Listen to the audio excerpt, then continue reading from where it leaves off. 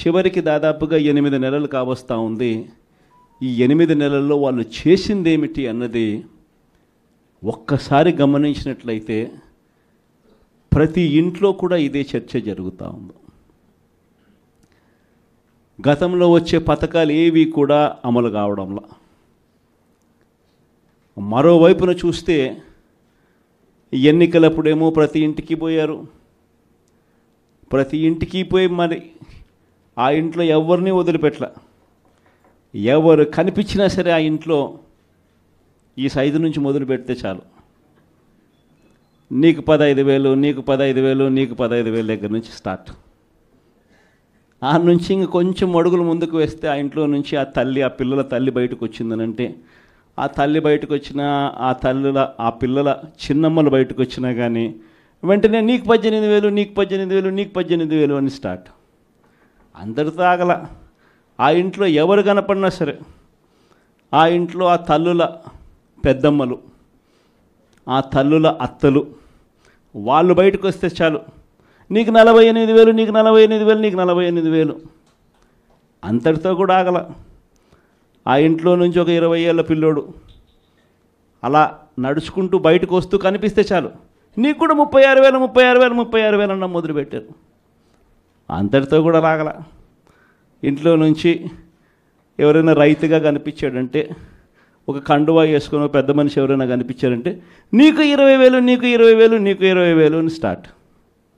ఇలా ఇంట్లో ఎవరు కనపడినా, ఏ సైజులో కనపడినా, ఈ సైజు నుంచి ఈ సైజు దాకా ఎవరు కనపడినా కూడా ఇంట్లో 15,000 నుంచి మొదలు పెడితే 48,000 దాకా ప్రతి ఒక్కరికి నీకు నీకు నీకు నీకు అని చెప్పుకుంటూ వచ్చారు.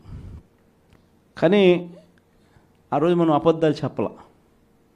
బహుశా వెనక్కి వెళ్ళి మళ్ళీ ఇది జరుగుతుంది అని తెలిసి బహుశా మళ్ళీ ఆ రోజుకి మళ్ళీ వెళ్ళి ఈ రోజైనా ఆ రోజు మాదిరిగా భావించి మళ్ళీ చెప్తారా అని అంటే బహుశా మనం అది కూడా ఎప్పుడు చెప్పమేము. ఎందుకనంటే రాజకీయాలలో ఉన్నప్పుడు క్యారెక్టరు, క్రెడిబిలిటీ ఈ రెండిటికి చాలా విలువ ఉంది. క్యారెక్టరు, క్రెడిబిలిటీ అనేది ఎలాంటివి అని అంటే, ఒక మనిషి ఒక లీడర్గా మనం ఒక మాట చెప్పినప్పుడు అదొక కార్యకర్తకు కావచ్చు, లేకపోతే ఒక మనిషికి కావచ్చు, లేదా ఒక ఇంటికి కావచ్చు, ఒక వ్యక్తికి కావచ్చు, మనం ఒక మాట చెప్పినప్పుడు ఆ మాట నమ్ముతారు. ఆ తర్వాత చూస్తారు. ఆ తర్వాత అది జరగనప్పుడు ఆ తర్వాత ఆ మనిషికి విలువ పోతుంది. క్యారెక్టర్, క్రెడిబిలిటీ అనేది అంత స్ట్రాంగ్ పదాలు. అందుకే మనం అబద్ధాలు చెప్పలేకపోయాం. అందుకే మనం ఆ రోజు మేనిఫెస్టో గురించి మనం ఇదే మాదిరిగా రిలీజ్ చేసేటప్పుడు ఒక పెద్ద ప్రజెంటేషన్ ఈ మాదిరిగానే ఇచ్చా. ఇది మన పథకాలు, ఇవి మనం చేస్తూ ఉన్న పథకాలు. దేశంలో కాదు రాష్ట్రంలో ఎప్పుడు చూడని విధంగా మొట్టమొదటిసారిగా ఒక మేనిఫెస్టో అన్నది ఒకటి చెప్పి, మనం రాకమునుపు చరిత్రలో ఎప్పుడు జరగల. మనం రాకమునుపు ఏ రాజకీయ నాయకుడైనా కూడా మేనిఫెస్టో అంటే ఎన్నికలప్పుడు ఇంతలా పుస్తకం చెప్పేవాళ్ళు, ఎన్నికలు అయిపోయిన తర్వాత దాన్ని చెత్తపుట్టలో పడేసేవాళ్ళు. మొట్టమొదటిసారిగా ఎన్నికలలో మేనిఫెస్టో అన్న పదానికి అర్థం చెప్పింది ఎప్పుడైనా జరిగింది అని అంటే అది ఒక్క వైఎస్ఆర్సీపీ ప్రభుత్వంలో మాత్రమే అని గర్వంగా చెప్పగలుగుతాం. అంత గొప్పగా దేశంలో ఎప్పుడు జరగని విధంగా బడ్జెట్ ప్రవేశపెట్టేటప్పుడే సంక్షేమ క్యాలెండర్ కూడా రిలీజ్ చేస్తూ ఏ నెలలో ఏ పథకం మనం అమలు చేస్తామో ముందే చెప్పి ఆ పథకాన్ని తూచా తప్పకుండా ఆ నెలలో నేరుగా బటన్ నొక్కి నా అక్క చెల్లెమ్మల ముఖాలలో సంతోషాన్ని చూడాలని చెప్పి తాపత్రయపడిన ప్రభుత్వం దేశ చరిత్రలో ఏదైనా ఉంది అని అంటే అది ఒక్క వైఎస్ఆర్సీపీ ప్రభుత్వం మాత్రమే అని చెప్పగలుగుతాం. నిజంగా అదే విషయాలన్నీ కూడా చెప్పి చూపించాం. ఇది రాష్ట్ర బడ్జెటు, ఈ మాదిరిగా మనం చేసుకుంటూ పోతూ ఉంటే మనకి ఇంత ఖర్చు అవుతూ ఉంది. చంద్రబాబు నాయుడు గారు చెప్తా ఉన్నట్టు ఇవన్నీ చెప్తా ఉన్నాడు, సూపర్ 6 అని, సూపర్ 7 అని. ఆయన చెప్పిన పథకాలన్నీ అమలు చేయాలి అని అంటే 1,72,000 కోట్లు కావాలి.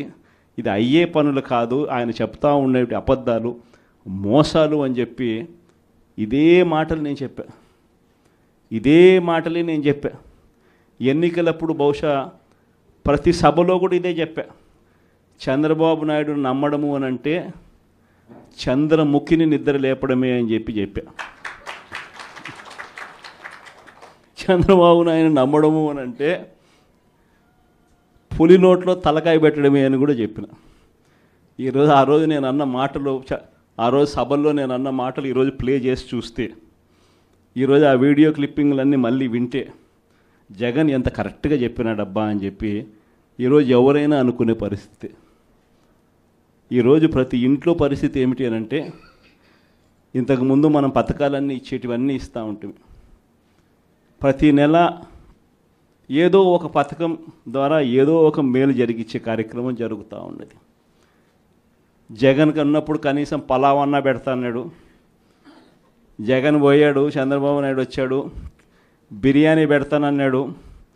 చివరికి బిర్యానీ పోయింది, పలావ్ పోయింది, రెండు పోయినాయి ఈ పొద్దు అని చెప్పి ఈరోజు ప్రతి ఇంట్లో కూడా ఈరోజు చర్చనీయాంశంగా మారింది. ఈరోజు చంద్రబాబు నాయుడు చెప్పిన ప్రతి పథకం కూడా, ఇంతకుముందు మనకు ఇప్పటికి చంద్రబాబు నాయుడుకి తేడా ఏమిటి? ఇంతకుముందు ఒక 7 నెలల కిందటకు పోయి చూస్తే జగన్ ప్రభుత్వం ఉన్నది, మన ప్రభుత్వం ఉన్నది. మన ప్రభుత్వంలో మరి ఎందుకు ప్రతి పథకము ఎటువంటి ఇబ్బంది లేకుండా ప్రజలకు అన్నీ కూడా డోర్ డెలివరీ జరుగుతూ ప్రజలందరి ముఖంలో సంతోషాన్ని చూస్తూ ప్రతి పథకం ఎందుకు ఎలా అమలు అయింది? మరి చంద్రబాబు నాయుడు వచ్చినాడు, తేడా ఒక్క ముఖ్యమంత్రి ఒకడే మారాడు. మరి ఎందుకు చంద్రబాబు నాయుడు చేయలేకపోతా ఉన్నాడు? ఈ అంశం అన్నది ప్రతి ఇంట్లో ఇప్పటికే చర్చనీయాంశమైంది. ఏం తేడా ఉంది? ఒక ముఖ్యమంత్రి ఒకడే మారాడు. మరి జగన్ హయాంలో ఇవన్నీ ఎందుకు జరిగాయి?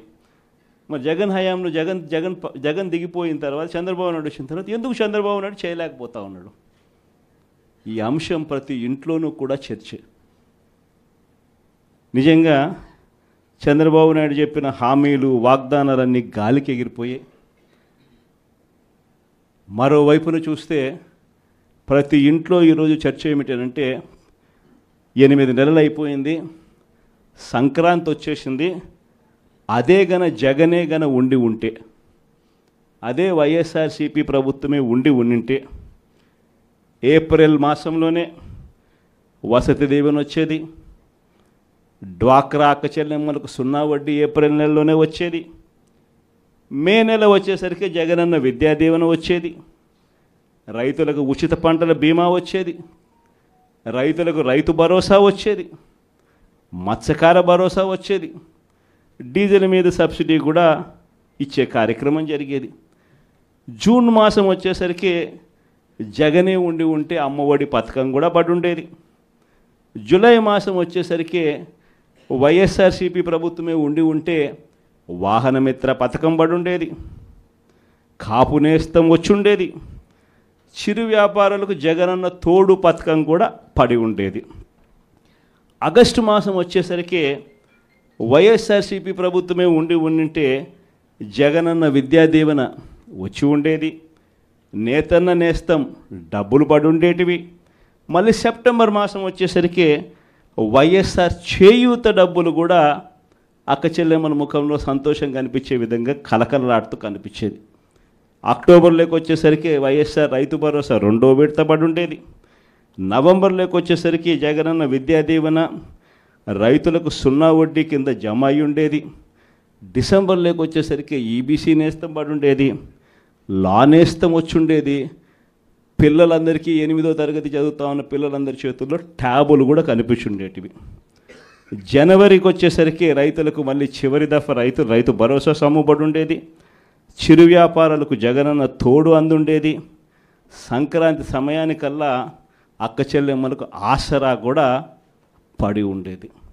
ఇవన్నీ నేను ఎందుకు చెప్తా ఉన్నానంటే, ఫిబ్రవరిలోకి వచ్చేసరికి విద్యా దీవెన, జగనన్న చేదోడు, ఒకే ఒక్క చేంజ్.